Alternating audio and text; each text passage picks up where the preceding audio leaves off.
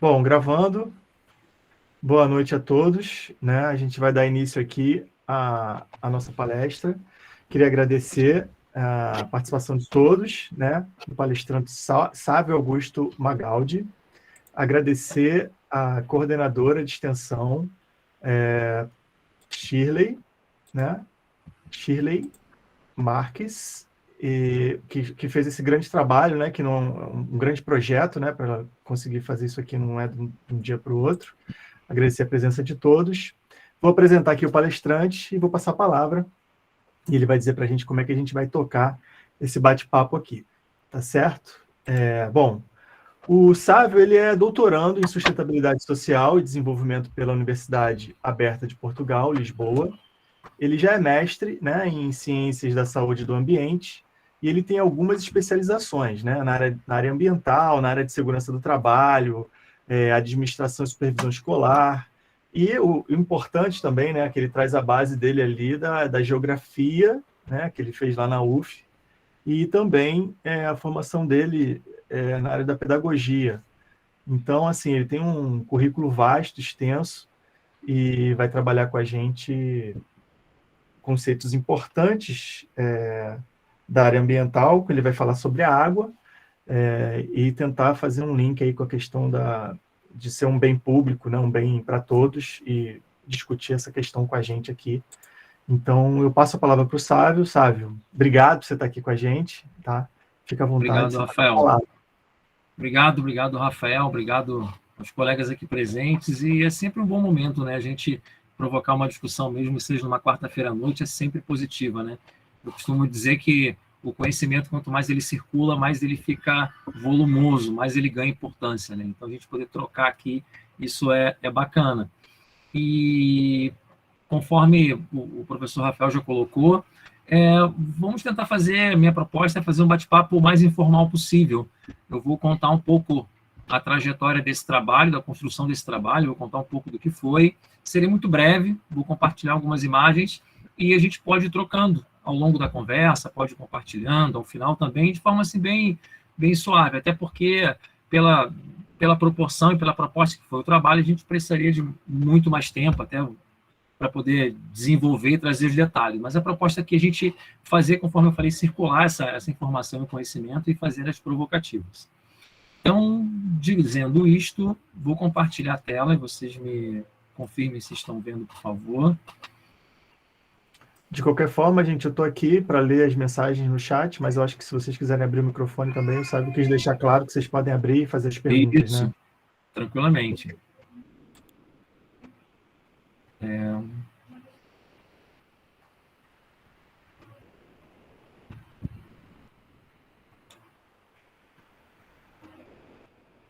Conseguem já ver a apresentação?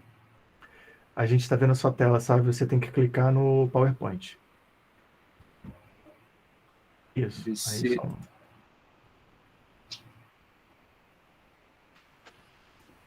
Aí. Isso, perfeito, tranquilo. Então, que trabalho é esse? Que proposta é essa? De onde que surgiu isto? Esse trabalho aqui foi a minha dissertação de mestrado, o qual eu fiz a conclusão em 2014, e basicamente passou pela discussão da água. O tema central é a água. A discussão da água pensando como um bem natural e, ao mesmo tempo, pensando como um bem de valor econômico. Então, a propositiva foi essa, e o título central, um estudo do processo de privatização da água, uma questão atual de acesso a um bem público de valor econômico. Então, essa foi a provocativa e o tema central da atividade.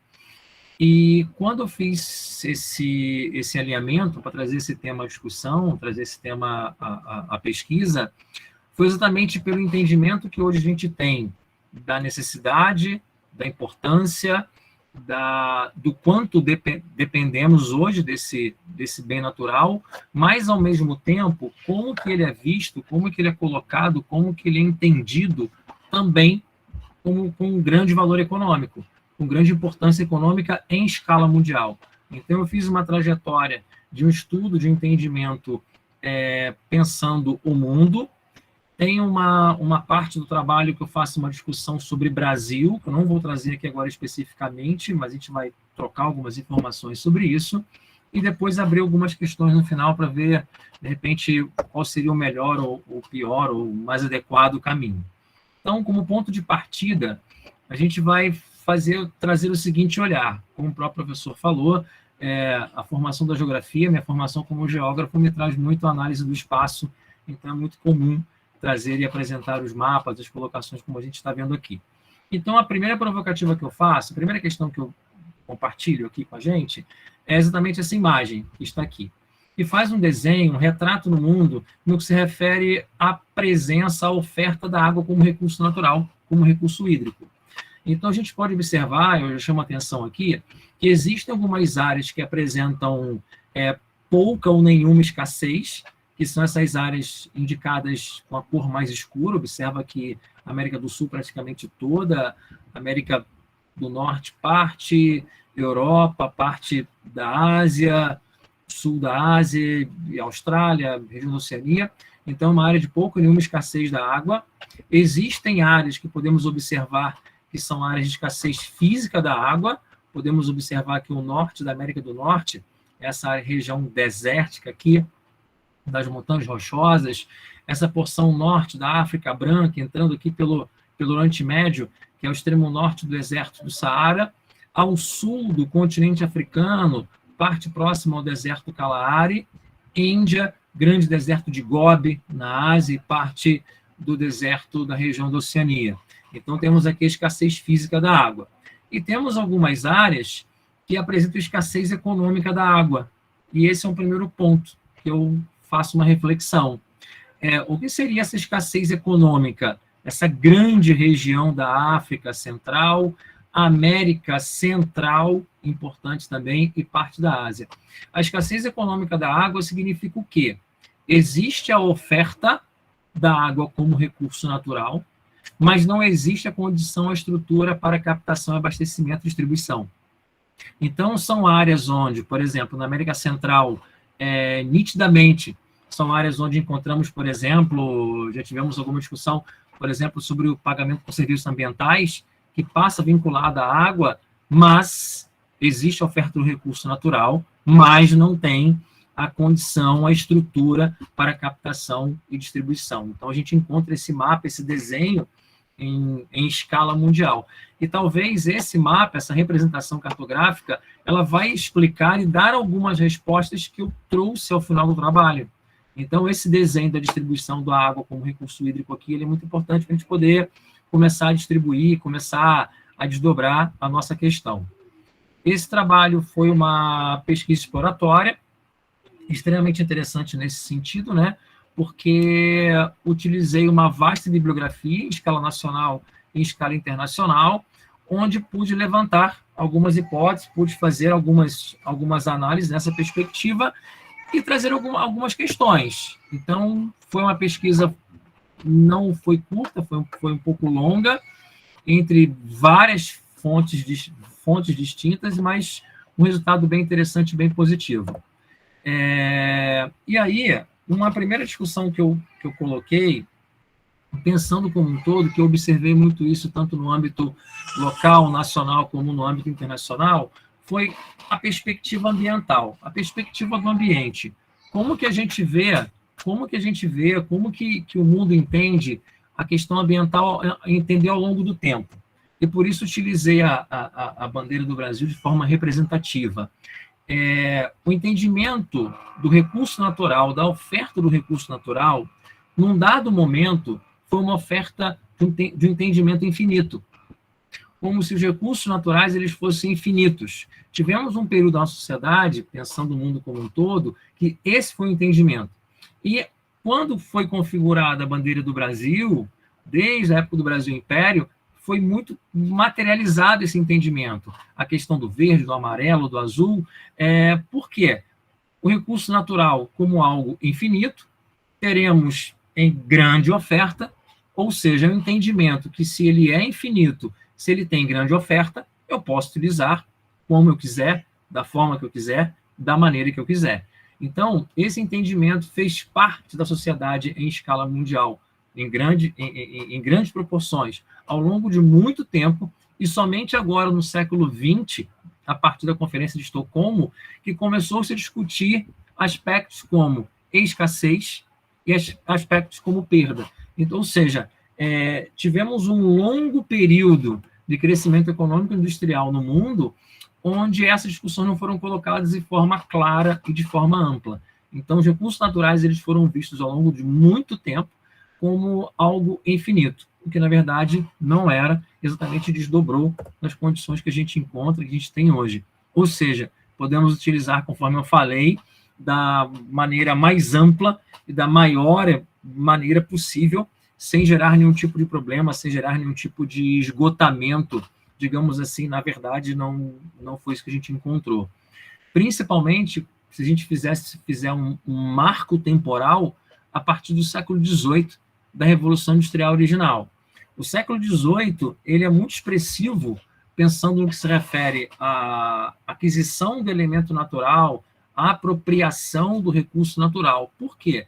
É quando a gente faz uma transição social de uma sociedade até então predominantemente agrária para uma sociedade urbana industrial. E quando fazemos essa migração, pensando no universo indo-europeu, no século XVIII, segunda metade do século XVIII, nessa transição do urbano, do rural para o urbano, do agrícola predominantemente para o industrial, a apropriação dos recursos naturais ele ganha uma força muito grande. E do século XVIII, XIX e XX, chegando hoje na automação industrial, essa lógica perdura. É uma lógica que perdurou, uma lógica crescente e de grande apropriação do recurso natural e servindo como base, como fonte para as atividades econômicas industriais. Então, a gente tem uma escala temporal muito grande, uma curva ascendente de apropriação desses recursos naturais até hoje, o que, inevitavelmente, gera uma grande sobrecarga ao ambiente. Até que ponto o ambiente consegue suprir, até que ponto ele consegue dar conta, até que ponto ele consegue hoje atender essas necessidades que a gente vem ainda numa curva extremamente crescente. E automaticamente, quando essa relação se coloca entre aquele que produz, aquele que consome, de onde sai o recurso natural, de onde vem o recurso natural, como que isso funciona, isso estabelece também novas lógicas de relações de poder no mundo. Quando a gente olha, por exemplo, o planisfério mundial, a gente consegue fazer uma leitura ainda hoje de alguns centros dominantes de poder. Podemos pensar a América Latina como um todo, o continente americano como um todo, com poder centralizado, direcionado pelos Estados Unidos principalmente, como grande força econômica, não somente para a América como para o mundo. Podemos fazer o destaque da Europa como esse centro de poder e centro econômico, e podemos fazer hoje uma transição que até então, em momentos passados, ainda centrada nessa região do Japão, Sudeste Asiático, e hoje a China como grande referência. O que significa isso na relação com o âmbito ambiental? Primeiro, se aqui nós temos algumas áreas que detêm o poder e o controle dessas relações econômicas e políticas do mundo, também detém o poder das relações políticas e econômicas no âmbito ambiental. A mobilidade industrial, por exemplo, a localização dos parques industriais, que utilizam uma quantidade muito grande de recursos naturais, toda essa lógica de distribuição da indústria, distribuição dos centros econômicos, passa também levando em consideração a oferta dos recursos naturais. Quando pensamos na transferência, por exemplo,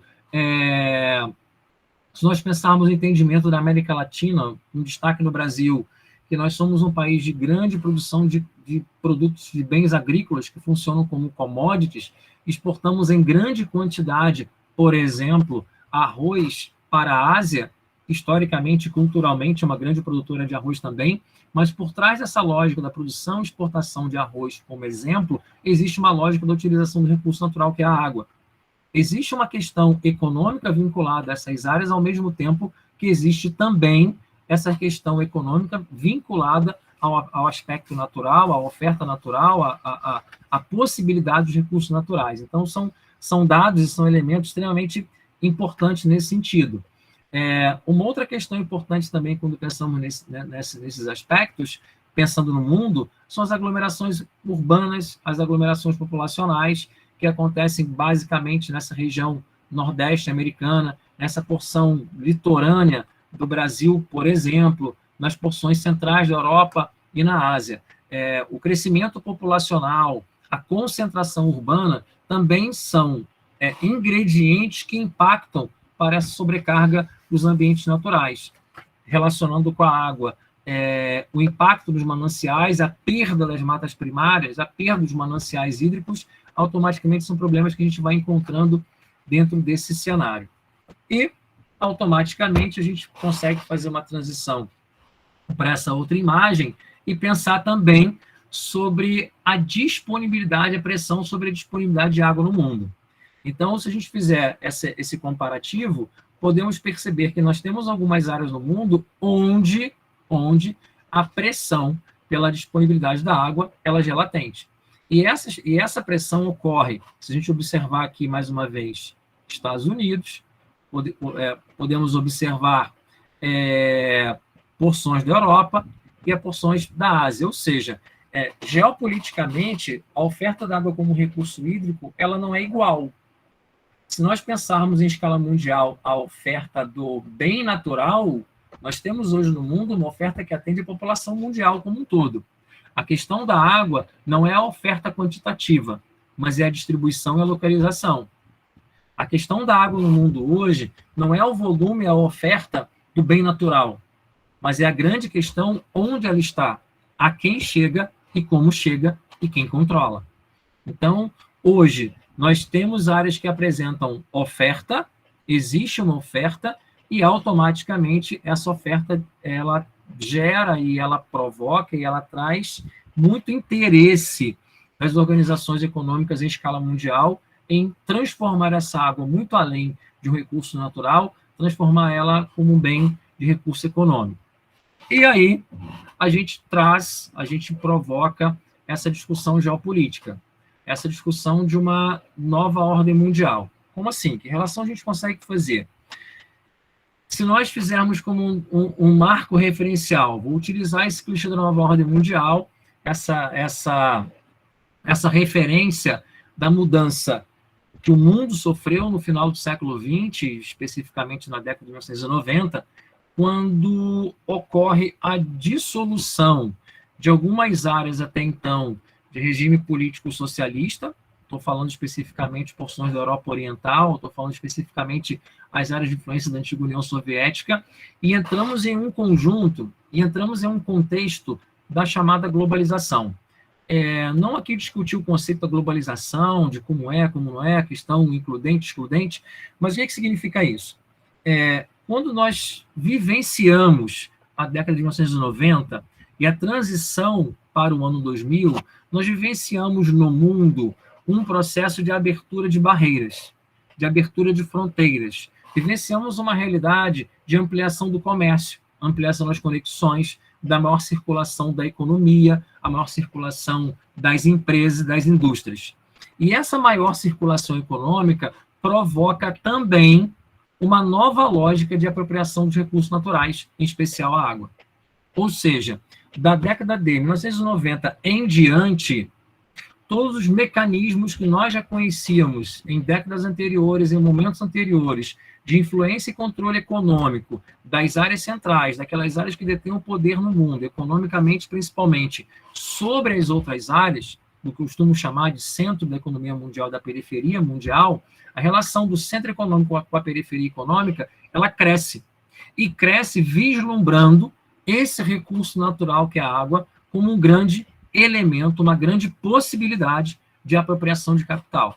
Então, a gente está falando em um marco simbólico, um marco temporal, que foi a entrada nessa chamada nova ordem mundial, onde as barreiras se dissolveram, se reposicionaram no mundo, e esse reposicionamento, essa nova organização, possibilitou também a maior circulação das empresas vinculadas à apropriação do recurso natural da água em escala mundial.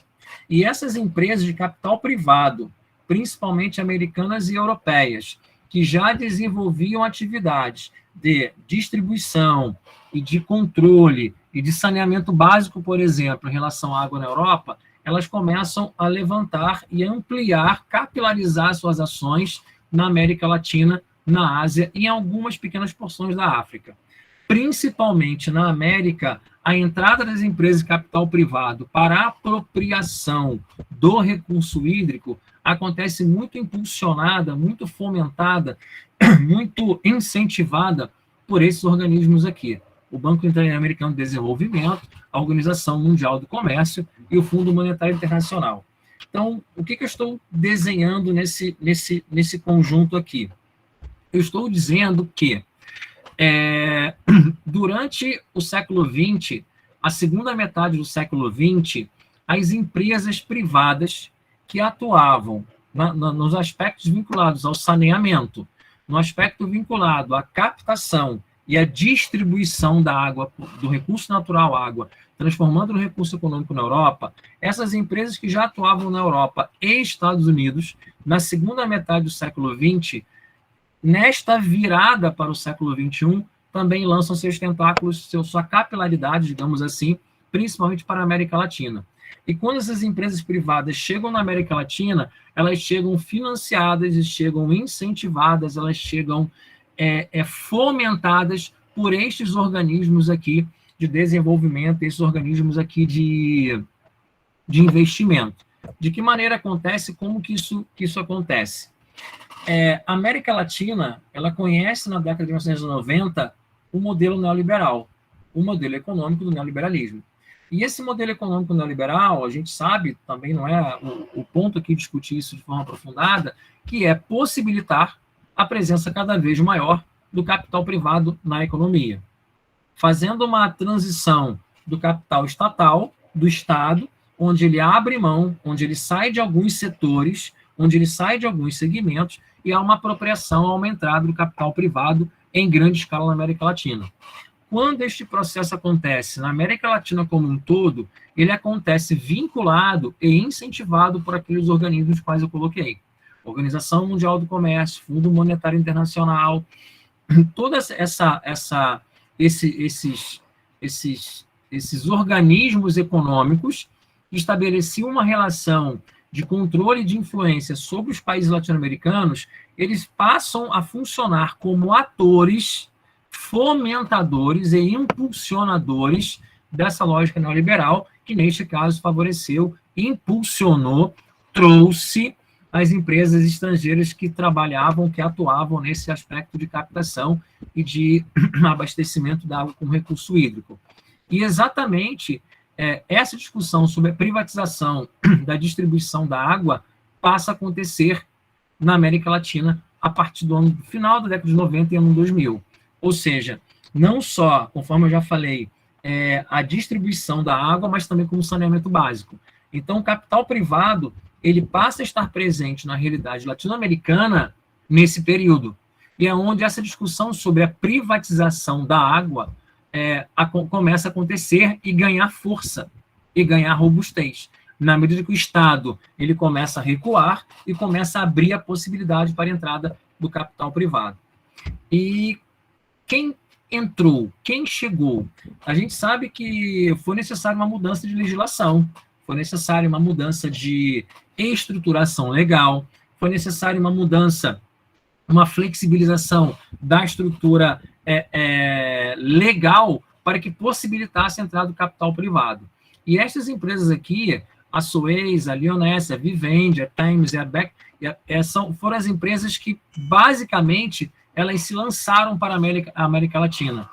E, basicamente, o quê? Empresas europeias, como a Suez, a Vivendi, são empresas francesas, que elas se lançam para a América Latina e associadas a Tames e a Bechtel, que são empresas inglesas. Ou seja, historicamente, França e Reino Unido já atuavam de forma assim, muito tranquila no ambiente Europa, no que se refere à apropriação e à privatização da distribuição do saneamento dos recursos hídricos. Para a gente ter uma noção, por exemplo, a Vivendi, hoje, ela atua no mundo com 400 marcas vinculadas a ela.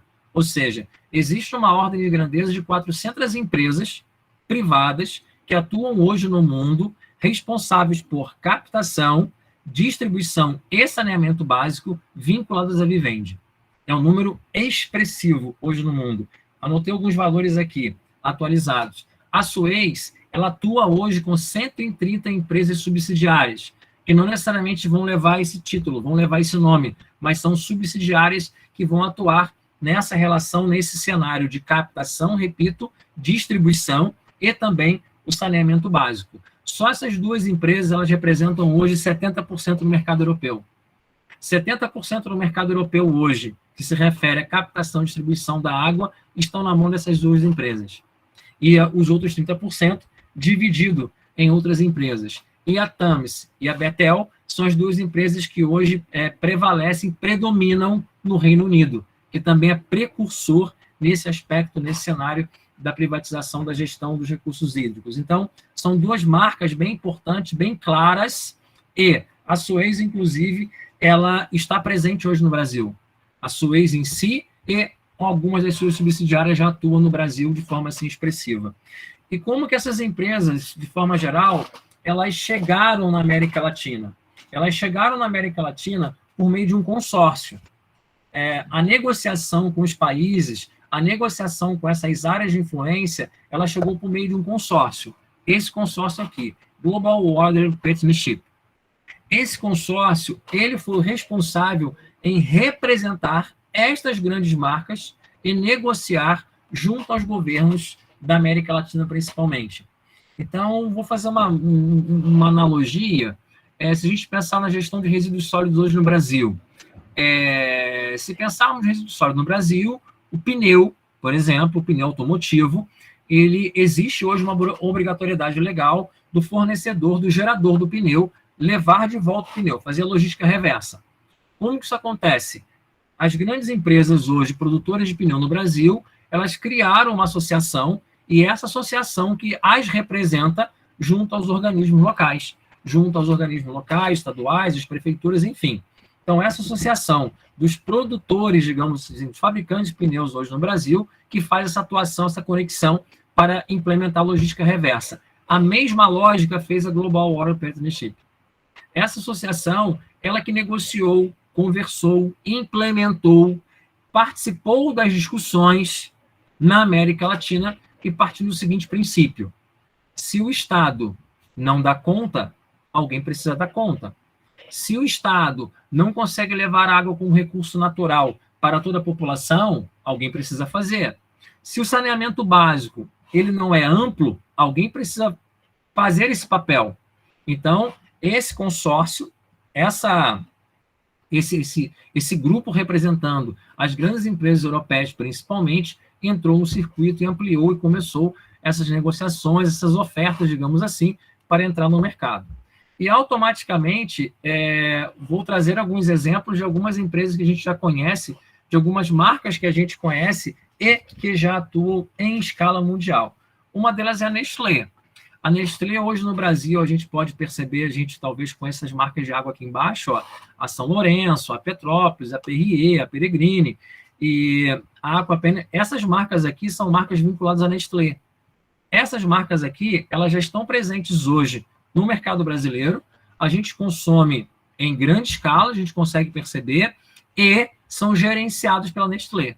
A Nestlé começa a sua atuação no Vale do Arkansas, nos Estados Unidos. Por que na região do Arkansas? Porque é uma área de junção dos dois rios importantes que cortam aqui os Estados Unidos, Mississippi e Missouri. Então, a Nestlé, quando começa a atuar nos Estados Unidos, ela começou numa atuação extremamente intensa, fazendo a captação da água e engarrafamento. A Nestlé hoje, como exemplo, ela detém 1/3 do mercado americano da oferta de água potável para o consumo regular.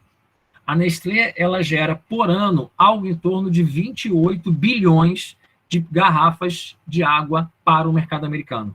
28 bilhões de garrafas de água, 28 bilhões multiplicado pelo volume do recurso hídrico que é distribuído hoje nos Estados Unidos, vindo exatamente dessa região do Arkansas. Então, a Nestlé hoje é uma grande marca presente no mundo, responsável também por esse processo. A Nestlé hoje já é proprietária no Brasil de algumas regiões,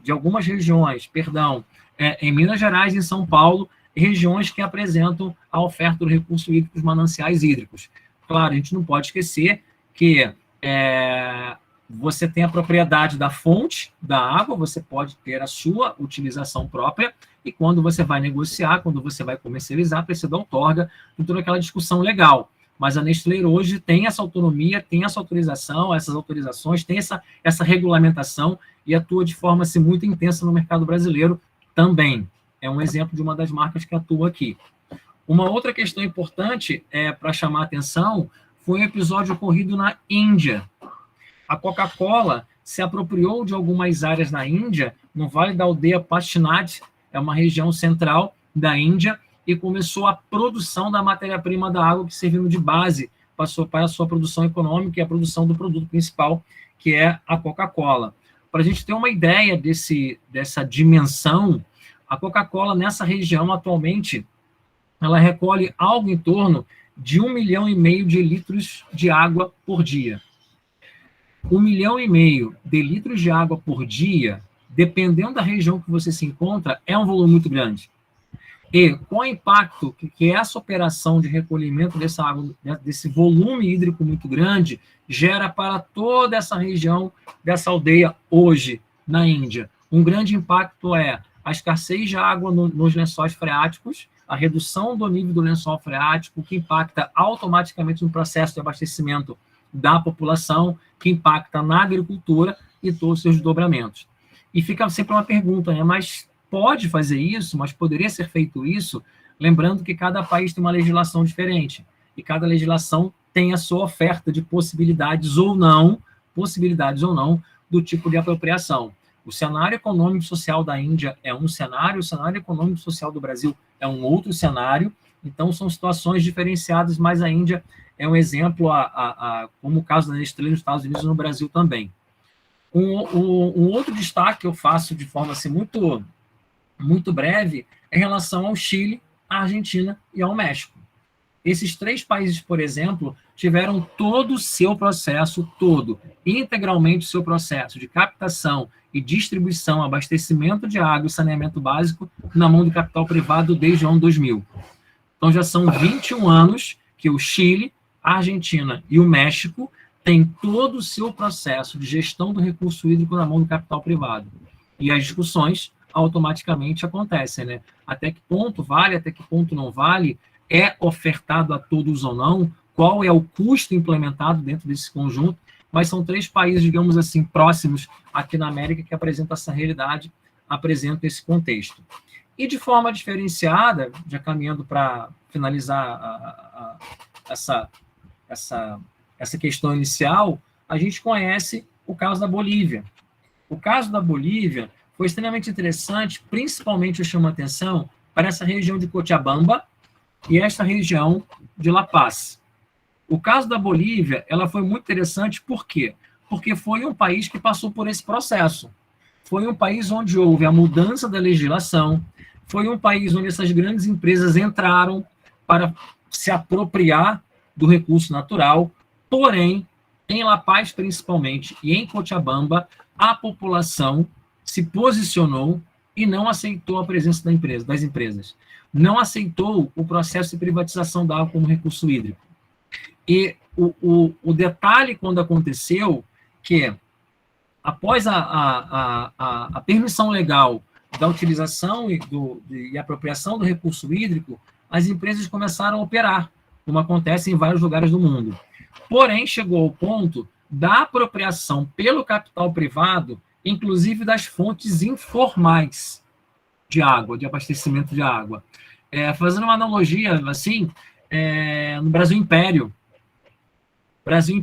cidade do Rio de Janeiro, quando Brasil Colônia, Brasil Império, a coroa portuguesa já estava no Brasil, e automaticamente o crescimento populacional na cidade do Rio de Janeiro foi muito grande.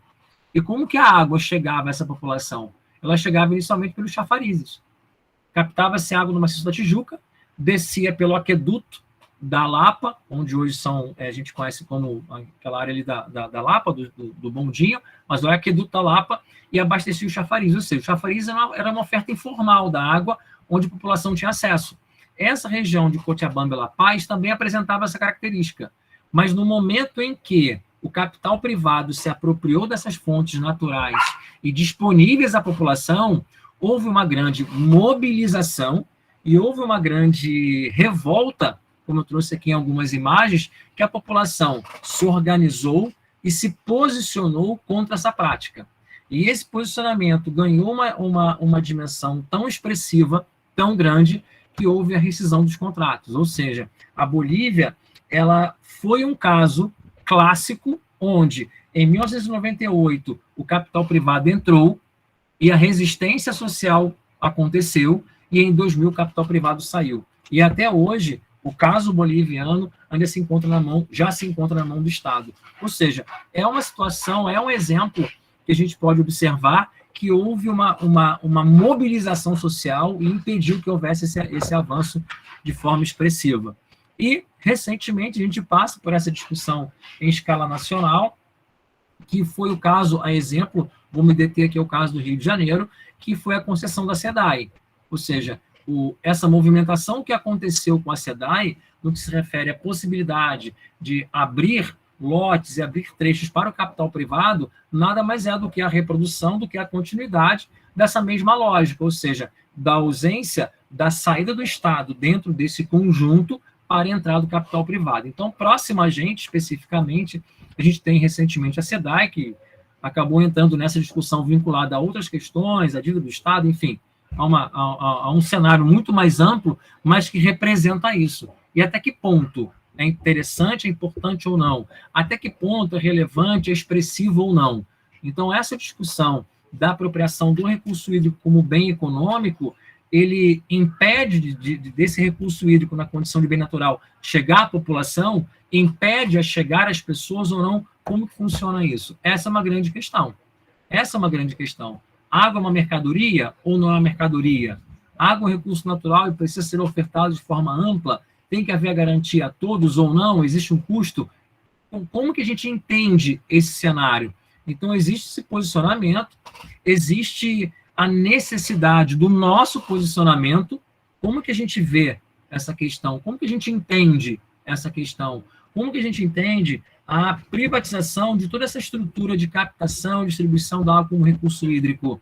Ela já chegou nesse patamar, de fato, em ser apenas um recurso econômico ou não? Qual é a nossa posição, qual é a nossa questão? Então, é um pouco dessa trajetória que aconteceu em escala mundial, estar presente na nossa discussão e no nosso cotidiano no Brasil, sem sombra de dúvidas, e só as questões que eu trouxe aqui nesse breve momento, nessa provocativa, queria conversar um pouquinho com vocês sobre isso, e agradeço pela atenção, agradeço pelo momento, agradeço pelo tempo, e é muito importante a gente estar sempre compartilhando essas informações, essas situações, esses cenários, e muito importante para a gente. Tá bom, gente? Muito obrigado. Finalizo aqui a apresentação e compartilho com todos agora uma forma da gente trocar um pouquinho. Palmas de todos. Muito bom, Sávio. Obrigado. Você pegou, né, uma pegadinha com a gente. Você falou, não, vou fazer um bate-papo informal, mas tu veio com tanta informação, tanta coisa que a gente ficou assim, caramba, quanta coisa interessante. Cara, foi incrível, obrigado, que discussão boa, assim, né, com essa visão de geógrafo também, né, de geopolítica. Eu tenho perguntas para fazer, mas como eu sou mediador, eu vou abrir primeiro para a nossa plateia. O professor Davi, ele comentou alguma coisa, eu abro para o professor Davi, para ele fazer a primeira fala. E aí, pessoal, levanta a mão, ou então escreve no chat, mas é melhor a gente conversar, né? Sim. Levanta a mão aí, gente, e a gente cria uma lista de mãos levantadas e a gente vai dando a palavra para vocês. Boa noite a todos e todas. Só passando para parabenizar mesmo, né, o Sávio pela apresentação. E assim, e aproveitar dar um rápido testemunho que eu já fui gestor aqui no município, né, secretário de Meio Ambiente, e queira ou não, essas questões de saneamento, né, envolvendo abastecimento de água e coleta e tratamento dos esgotos, isso cai muito na nossa mão, né? Sim. E eu, antes de sair, eu vivenciei uma pressão né, da concessionária local, que já tinha a gestão da água, né, e também querer pegar o tratamento de esgoto, né, para ela poder fazer a gestão, certo? E assim, eu sempre incentivei muito o pessoal da empresa pública a investir, né, para fazer um SAI local, né, um sistema, né, de abastecimento de água e esgoto local. Porém, a gente sabe que há uma necessidade de investimento, certo, da própria prefeitura, né, ou o Estado, né, seja lá qual for o ente público que vai fazer a gestão disso, né, e não são poucos recursos, até com uma necessidade de cobrança, né, de uma taxa para manter a sustentabilidade, né, do sistema, certo? Ou que a prefeitura, né, ou o Estado subsidie todo o sistema, né, que não é uma coisa muito fácil, que requer muitos recursos, né, financeiros para manter essa estrutura funcionando, né? É isso que eu queria perguntar e meio que afirmar, né, como é difícil, entre aspas, né, colocando assim, para o município e para os estados, né, terem os seus sistemas de abastecimento de água e esgoto públicos, né, e com serviços bem prestados, porque sempre alegam que não tem recurso para fazê-lo. Sim, perfeito, professor Davi. E o senhor entende muito bem desse aspecto da legislação, como que isso percorre, como que isso é difícil, e de fato, é uma questão que se coloca. O Estado tem ou não tem a condição? Ou tem ou não tem o interesse? E eu vou trazer um cenário aqui de Macaé, de onde eu estou, onde o sistema de saneamento ele é privado, mas a distribuição, a captação e distribuição da água é pública, pela SEDAI. Então, tem empresa privada que faz o saneamento e tem empresa pública, a SEDAI, que faz a distribuição. Durante um momento recente, ouvi muito a administração pública municipal falar o seguinte: nós vamos assumir o papel da SEDAI. Tudo bem, é uma questão. E o que eu colocava era sempre assim, mas vai ter condição vai ter a estrutura para isso, para fazer essa operação como um todo, porque de fato ela é custosa, ela é onerosa. Principalmente, pensando no caso brasileiro, o nosso histórico de crescimento urbano e populacional é um histórico de crescimento urbano onde não se levou isso em consideração. Então, nós não temos uma estrutura prévia, não temos uma lógica prévia e não temos um entendimento prévio. Então, qualquer tipo de intervenção nesse momento é uma intervenção extremamente grande, extremamente precária. Então, assim, é uma colocação, é uma boa colocação, uma boa provocação da gente ter. Bacana, boa perspectiva, e acredito que na sua condição de agente público, quando esteve, a pressão foi grande pelos dois lados, tanto na perspectiva de trazer o capital privado, como também na perspectiva social, até que ponto a gente vai estar excluído ou não, alijado ou não desse processo. Com certeza deve ter muita história para contar nessa perspectiva. Perfeito. Quer complementar alguma coisa, Davi? Não, é isso mesmo, né? Não é uma questão fácil, uma equação fácil. Não. Da gente conseguir fechar, apesar, lá na Política Nacional de Recursos Hídricos, né, falar que a água é um bem público, universal, né, essa questão toda, é um desafio muito grande.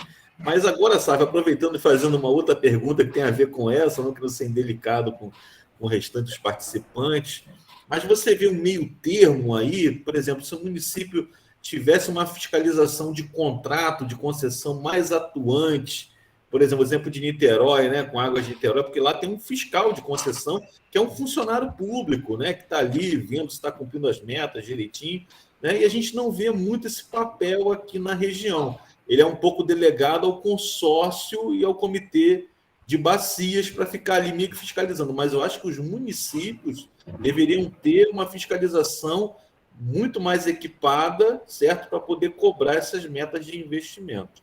Sim, perfeito. A palavra-chave nesse entendimento, na minha perspectiva, chama-se empoderamento da administração pública. Então, eu parto do princípio que não há esse empoderamento. E não vou discutir, não há o porquê que não há. Por exemplo, durante um período, eu atuei junto à Secretaria Municipal de Ambiente e Sustentabilidade, aqui em Macaé, e eu era responsável por um setor chamado Coordenadoria de Biodiversidade e Gestão das Águas e Território, e onde pude trocar bastante com a Dominique também, que está aqui com a gente. Então, o nosso papel era um papel de acompanhar, por exemplo, esse avanço da intervenção no saneamento. Mas era nosso papel acompanhar e fiscalizar no âmbito ambiental. O papel do controle era da empresa municipal de saneamento, que, por sua vez, ela não tinha condição, por N motivos, inclusive de mão de obra, de operação e de gente, ou seja, não havia empoderamento por parte dela de fazer o controle. Ou seja, quem dava a regra do jogo era o consórcio. Quem dava a regra do jogo, de como ia fazer, era a empresa privada. E não estou aqui dizendo que ela dava uma regra errada, não estou dizendo isso. Mas o poder público ele ficava numa condição muito vulnerável em fazer e exigir a contrapartida. Então, acaba ficando sujeito à ação da empresa privada. Então, por exemplo, quando você ia para uma ação de licenciamento e ia discutir, por exemplo, a compensação ambiental, ficava numa dúvida, vamos discutir a compensação ambiental ou vamos fazer uma troca? Ou seja, você dá para mim, a administração pública, aquilo que eu preciso e automaticamente isso vai se desenhar como se fosse a compensação ambiental. Então, você fica numa posição, o poder público se coloca numa posição muito vulnerável.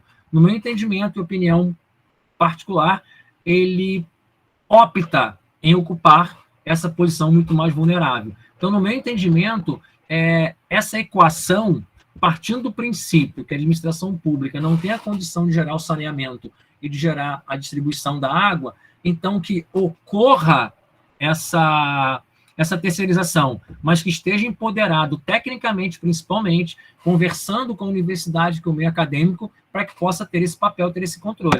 Porque senão você fica numa posição extremamente vulnerável quanto a isso. Não tem jeito. Não tem jeito. Bacana. Legal, gente. Eu fico pensando que essa lógica, né, tem uma lógica dos governos, né, criarem institutos, empresas, e pronto, criei, está lá. Mas se você não alimentar aquela entidade, aquilo vai se degradando, né? Como um prédio, como uma casa vai se degradando. Então, se você não dá treinamento, se você não mostra... É muito fácil da população olhar, vocês não estão prestando serviço direito, vamos dar para outra pessoa que sabe fazer? E aí vem toda essa lógica que você apresentou para a gente.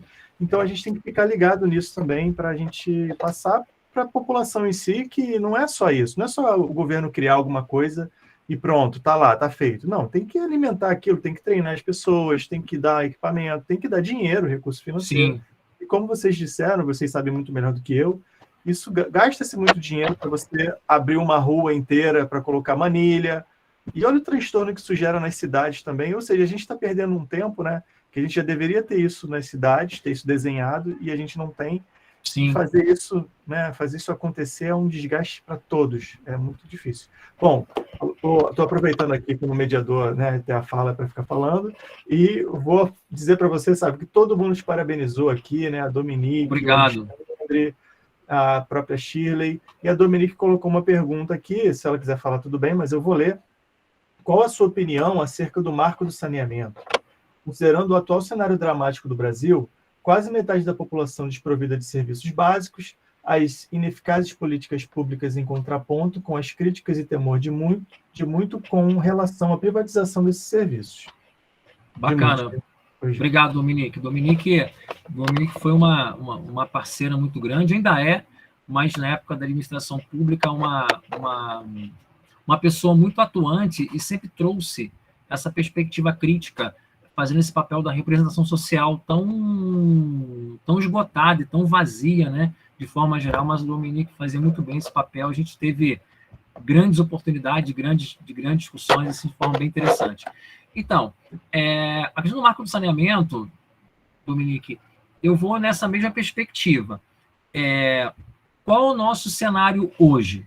Qual é o nosso ponto hoje? Dramático e precário. Dramático e precário. Alguma coisa precisa ser feita de forma imediata. Agora, nós não podemos mais, por exemplo, abrir a discussão da Agenda 2030, da sustentabilidade, e nós não temos acesso ao saneamento básico. Então, hoje, quando a gente olha, por exemplo, áreas do Sudeste brasileiro, eixo Rio, São Paulo, BH, temos bons exemplos.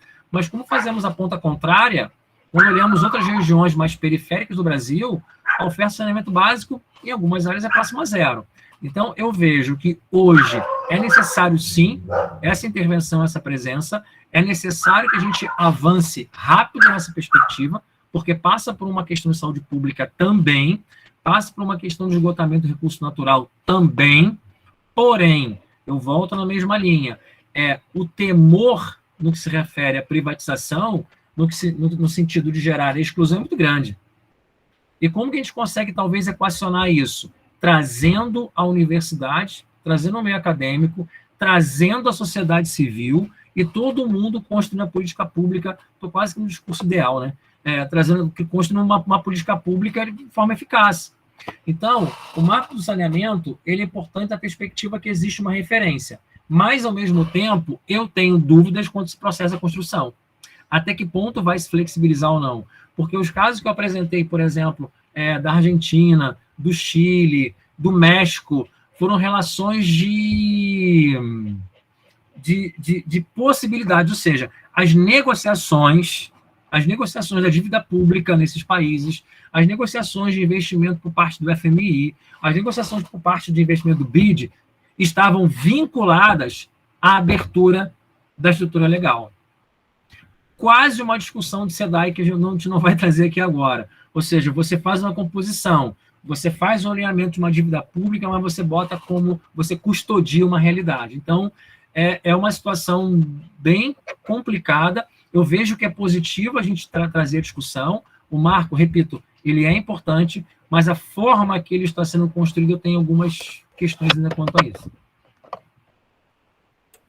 Muito bom.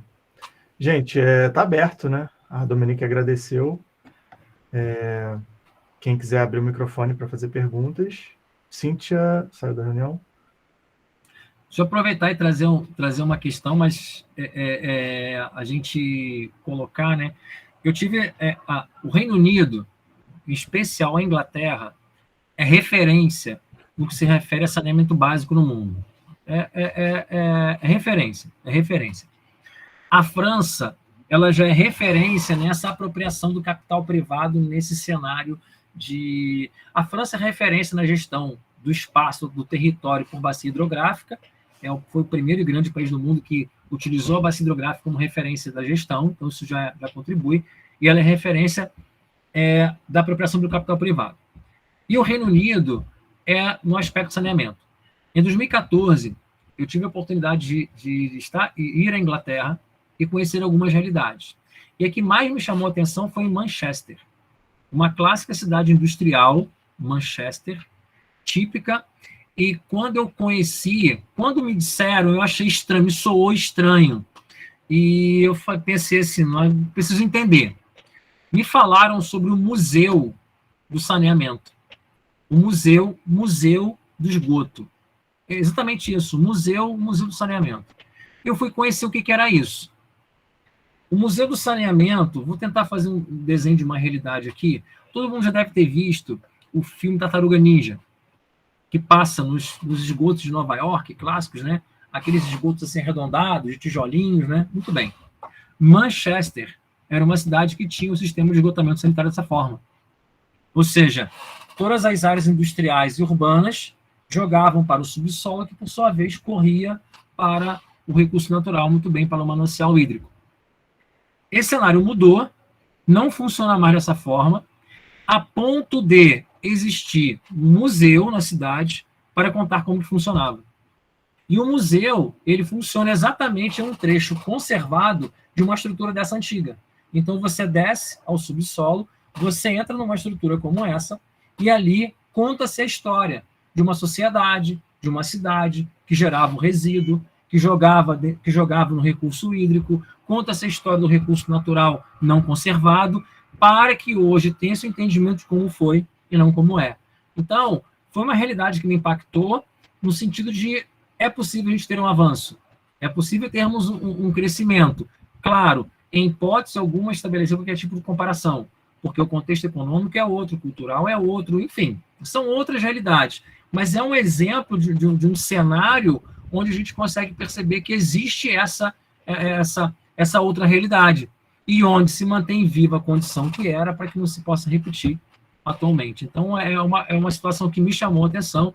A Europa como um todo, você poder circular por Londres e ter a informação de que o Tâmisa hoje ele não é um rio poluído, que ele apresenta adequado, ele está adequado aos padrões de vulnerabilidade do Reino Unido, da Inglaterra, enfim, são realidades que eu entendo que a gente consegue avançar sim. Existe um longo caminho, mas a gente consegue avançar sim, não tenha dúvida. Que legal, sabe? Eu ia te perguntar isso, se lá em Manchester se tinha relação com Tâmisa, não, né? Especificamente não. Mas né? porque então, como Manchester ela é a cidade industrial mais antiga da Inglaterra, ela foi a referência, porque ela também foi referência no poluente, ela foi referência na emissão, ela foi referência na apropriação do recurso hídrico. Então, é uma região que passou por uma ressignificação no que se refere à sustentabilidade. Então, ela virou referência, e dessa região industrial da Inglaterra que transbordou para o país como um todo, inclusive Londres, apesar de ser uma grande metrópole, mas você encontra na cidade, tanto a Londres antiga como a Londres atual, referência nesse sentido. Isso dá um pouco de esperança para a gente, né, de acreditar que a gente possa chegar nesse nível daqui a muitos anos. Mas você provavelmente pagou para entrar nesse museu, né? Então eles ganham dinheiro com esse turismo, né?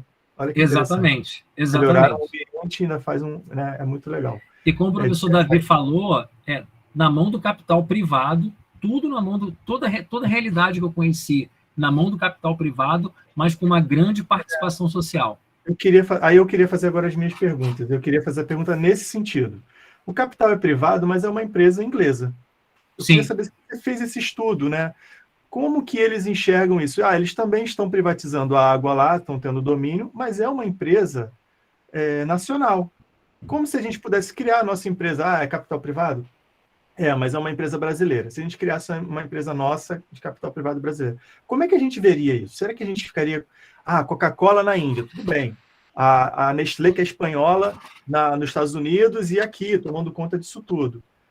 Você fez algum desses estudos para entender como é que eles se relacionavam com uma empresa nacional? Apesar de ser capital privado. Então, eu não cheguei a entrar nessa perspectiva, mas é uma ponta que me deixou muito, muito provocativo. Porque quando eu comecei a fazer o exercício, que uma coisa foi... um cenário sou eu, no contexto no qual nós estamos, olhando para o outro. Outra coisa é o outro olhando para ele mesmo. É uma outra perspectiva. Então, historicamente, essas empresas francesas, principalmente, como o caso da Vivendi e da Suez, que domina 70% do mercado europeu, mas no capital nacional, capital europeu, a gente pensar o bloco europeu como um todo. Essas empresas, elas são de capitais locais, como, por exemplo, a Thames Water, ela é inglesa e ela que atua no Reino Unido como um todo. Então, você tem uma empresa de capital local atuando no capital local. Isso é uma cena. Então, existe aí já é uma percepção minha, é uma análise empírica minha. Existe uma lógica assim, somos nós que estamos cuidando e dando conta daquilo que é nosso, que a gente gera. Tanto que o que eu pude conversar com as pessoas, no sentido de o que você acha, como é que você vê, porque existe uma linha que a gente lê a produção científica, outra coisa é quando você está e você conversa com as pessoas, e você quer entender um pouco disso, né? Então, as pessoas traziam essa perspectiva do que nós estamos cuidando e tratando do que é nosso. O que, na nossa lógica, de uma lógica periférica de mundo, nós já temos uma cultura sempre que é o outro. Nós temos a perspectiva do outro. E, ao mesmo tempo, de forma geral, a nossa perspectiva é que aquilo que é nosso não funciona. Talvez pelo que é nosso, talvez dê subsídio para isso. Então, quando a gente pensa, se eu pensasse, vou fazer o meu exercício, se eu pensasse em uma empresa local, privada, para adequar e fazer a gestão daquilo que eu gero, daquilo que eu estou aqui, minha pergunta primeira seria, será que a administração pública, que é a principal responsável constitucionalmente falando, daria conta de fiscalizar? Daria conta de acompanhar? Não sei. O que o professor Davi colocou de Niterói é um caminho. Eu tive a oportunidade de conhecer um pouco de Niterói, de, inclusive, atuar na administração pública de Niterói, e, assim, é um caminho. Na minha opinião, é um caminho que vale a pena sentar com calma e aprofundar essa construção. Então, não sei, Rafael, como seria. Não cheguei a esse ponto. Apenas escutei. Perfeito. Cara, eu acho que é isso. Já são 9 horas. Eu queria saber se mais alguém queria fazer alguma pergunta. Eu poderia ficar aqui conversando com vocês por mais 1 hora, porque é um assunto que eu gosto. E pensar nessas bilhões de garrafas que são geradas diariamente, que estão criando essas ilhas de plástico nos oceanos também. A gente poderia ir para vários caminhos, né? Isso. Enfim. Mas eu acho que eu vou, como mediador, tentar deixar o espaço aberto para vocês. Queria saber se alguém quer falar mais alguma coisa. Bom, então deixa aí, sabe, para você fazer as considerações finais e a gente encerrar nosso momento aqui, que foi muito proveitoso. E o Sábio colocar a pergunta, Rilson. Sábio, faz a pergunta. Tem um brinde, gente. Sim, temos uma pergunta final. E essa pergunta final vai ser respondida no chat, não é isso? Exatamente. Perfeito. Então, a gente pode fazer uma pergunta simples dentro dessa discussão como um todo. Qual foi o país da América Latina que resistiu a essa entrada do capital privado e chegou ao ponto de fazer com que saísse o capital privado e voltasse para a mão do governo? Olha, Alexandre já respondeu. Já respondeu, já ganhou. O Dominique demorou. Obrigado, gente. Estou atento aqui. Sou da área de tecnologia, mas não ia perder esse tema por nada. Como é que... Eu fiquei um pouco impressionado com a quantidade de pessoas, não pela relevância, mas eu fiquei assustado Eu fiz o efeito inverso, pela pouca adesão, seja lá o motivo que tenha ocorrido, mas um tema tão importante com um quadro tão baixo. Mas, assim, acho que quem está aqui está bem atento a tudo que foi dito. Isso é o mais importante, Obrigado, Alexandre. A Sheila... Obrigado, Alexandre. Rafael, a gente pode falar, como costuma se dizer, né? A nossa produção vai fazer contato com você para poder dar o brinde. Você ganhou um... O que ele ganhou, Shirley? Fala para ele aí o que ele ganhou. Não, liga o microfone. Ganhou um voucher para fazer uma trilha da Prainha Praia do Forno. Vai ser guiada pelo nosso egresso, Cid. Ótimo.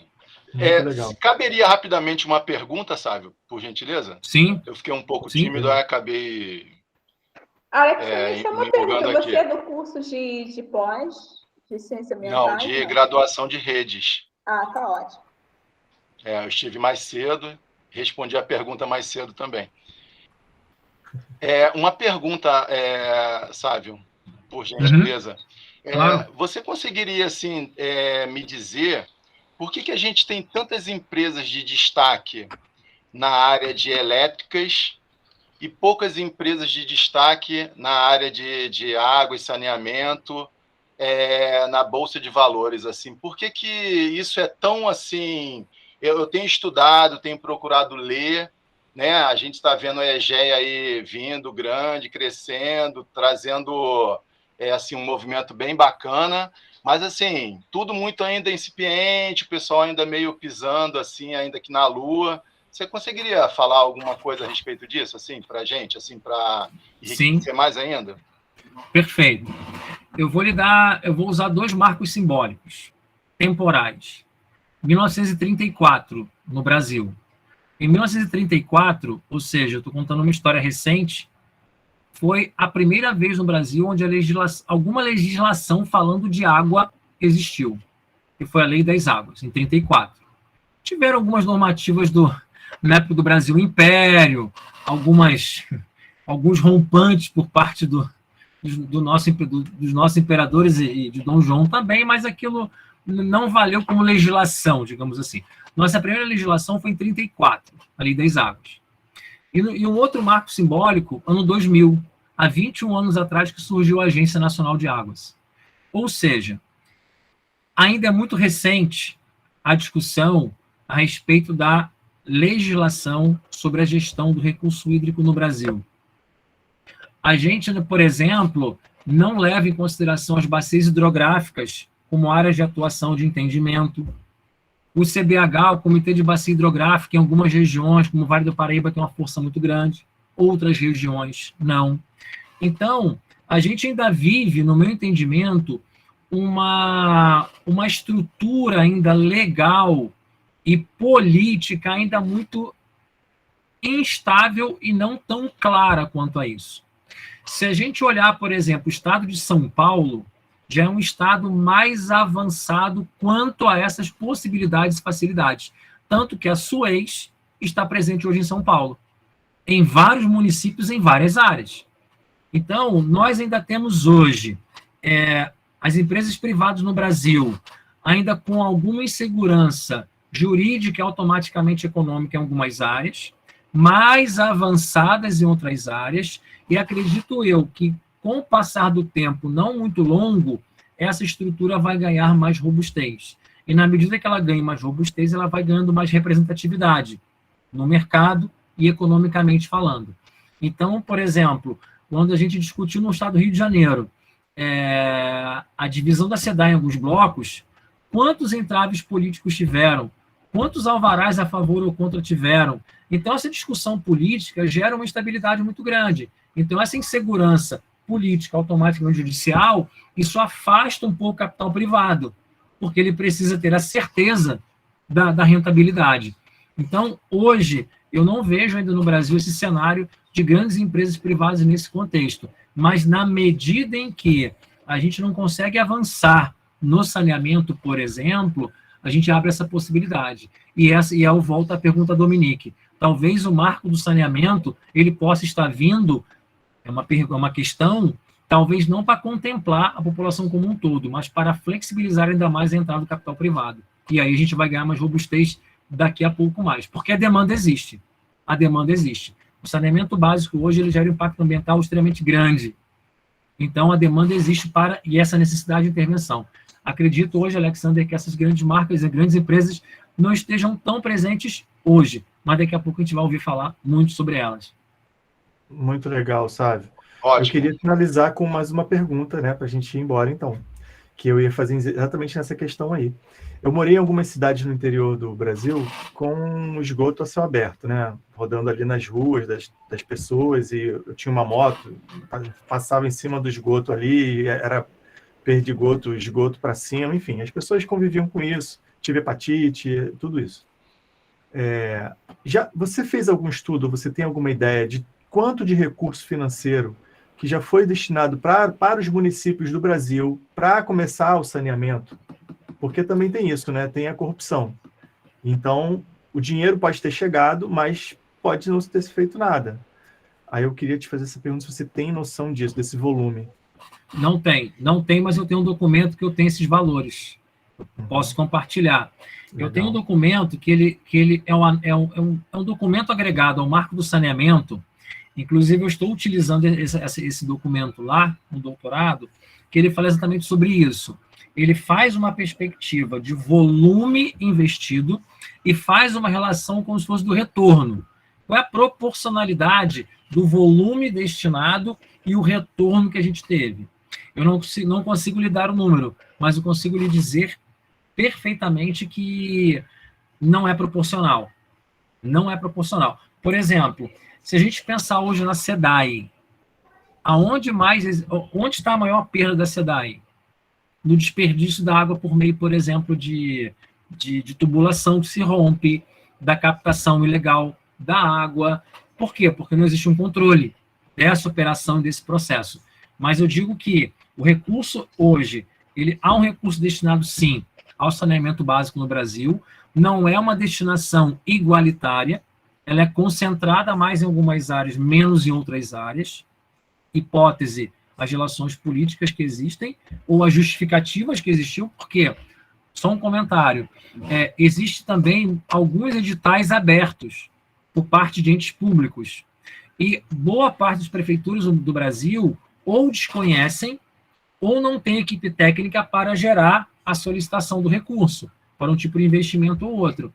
Então, mas existe sim uma oferta de recurso, não estou dizendo até onde eu sei que seria suficiente, mas a proporcionalidade do retorno, isso não é igual. Não é igual. Eu abri o chat aqui, Rafael, e o professor Davi coloca: o importante mencionar que as empresas concessionárias não querem pegar as áreas em situação de conflito urbano. Perfeitamente. Se eu não me engano, professor Davi, me corrija se eu estiver equivocado, no último, nesse leilão da SEDAI, houve uma área que ninguém pegou, não foi isso?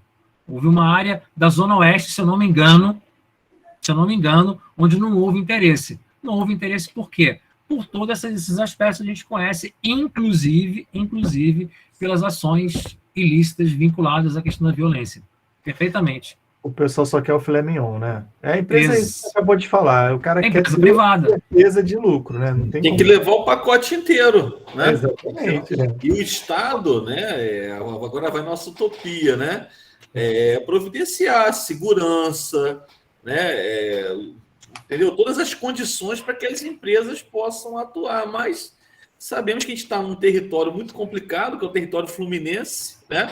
Se tem uma coisa que o território fluminense assim exporta, né, para o resto do Brasil, são essas coisas aí, esses maus exemplos, né? Milícia, sabe? Isso é terrível.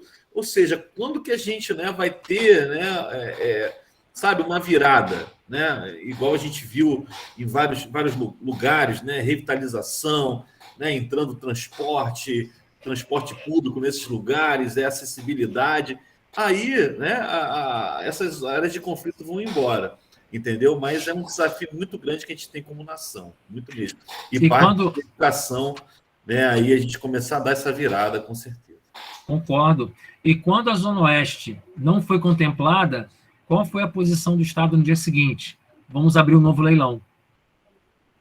Não discutiu o porquê, não se trouxe à tona o porquê, apenas disse, não foi contemplada, vamos abrir uma nova rodada. Ponto. E assim seguiu, assim está até hoje. Tinha aqui no lote, né, Sábio? O lote inteiro, né? Vou falar isso. Exatamente. Zona Sul, vai tudo no mesmo lote. Criar uma situação, toma uma parte boa, mas tem que levar essa aqui. Né? Exatamente. Uma venda casada, assim. Né? Exatamente. Perfeito. E como o professor Davi falou, né? Educação, né, gente? Porque aqui no meu bairro, que eu moro no bairro do Foguete, tem gente que faz gato de água, que não precisa fazer. Né? E de luz, enfim. Não importa o nível econômico que a pessoa esteja, mas sim a questão da conduta moral aí, muito séria, né? Muito importante a gente fazer essa virada, como o professor Davi falou aí, do Estado entrar nesses lugares e também das pessoas, poxa, vamos todo mundo junto, senão a gente não vai mudar. Né? Bom, Sávio, vamos finalizar? Claro, vamos sim, porque... Vamos agradecer. Né? Agradeço muito pela presença de vocês aqui. É um debate que não se esgota. Normalmente, quando eu tenho a oportunidade de trazer o tema e apresentar o tema, costuma ter essa característica aqui, a gente vai desdobrando, não tenha sombra de dúvida. Esse momento aqui, junto à FRJ principalmente, ele é muito único, porque eu acredito muito na educação pública, na possibilidade de oferta. Eu costumo dizer muito isso.